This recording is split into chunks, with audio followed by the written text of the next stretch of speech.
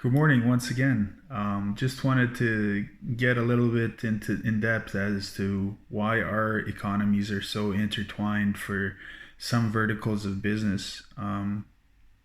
Mainly because some people have reached out to me on LinkedIn and said, why is a Canadian freight broker interested in U.S. freight?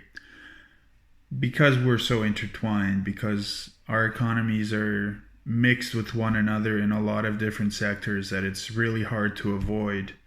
Um, like my everything, my bread and butter to say for even just trucking, not related to freight brokerage, would be the automotive industry. Um, it's the automotive manufacturing industry. It gives Canada $20 billion in GDP.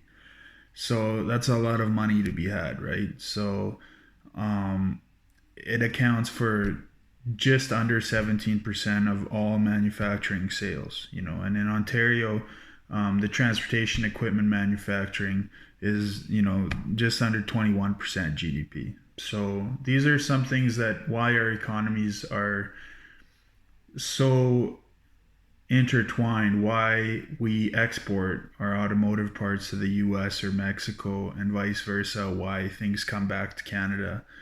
And it's funny because some people say, well, there's not much money to be had in it as a freight broker or as a trucking company, but it's not like that. That's not the case at all. I mean, when you're looking at how integrated it is, how mixed it is, just the parts and components alone crossing the borders. I mean, some parts they'll cross six, seven, eight times before they even enter a brand new vehicle that's being sold on a lot somewhere, when it's fully finished and ready to go.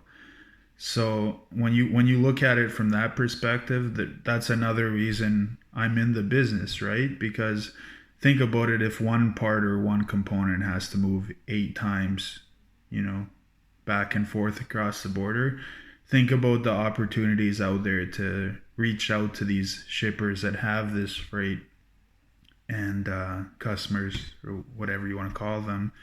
Um, Reach out to them and say, hey, we can be a part of this supply chain. We can be a part of helping you move this freight. We can handle your overflow. We can, handle your trouble areas where you might have issues. And you can align yourself with certain uh, shippers where you might have freight that needs to move outbound and you might have freight that needs to move inbound. So you can definitely make a good living out of this. You can make I'm a big proponent of making sure that it's done the right way, making sure to educate people so they know how to properly go about the business. um, I've been in it now for 10 years, so it's there's still a lot to learn. I just had a conversation a few minutes ago with someone, as I was recording this actually.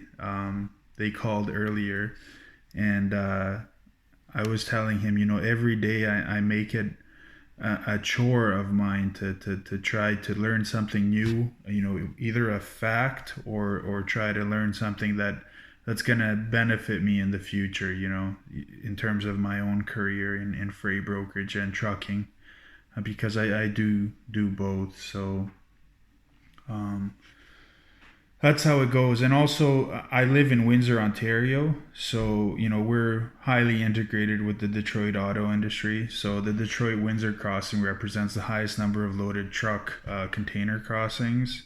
So, it's like 1.5, 1.6 million annually, across the Canada US border, right?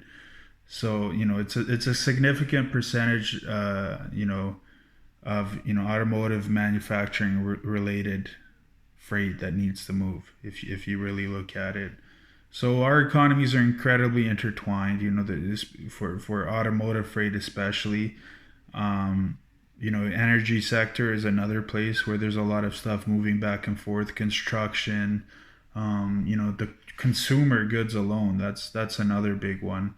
And so these are my reasons why I'm in this business, in terms of the business aspect of it, the ability to make a living, a proper living out of it.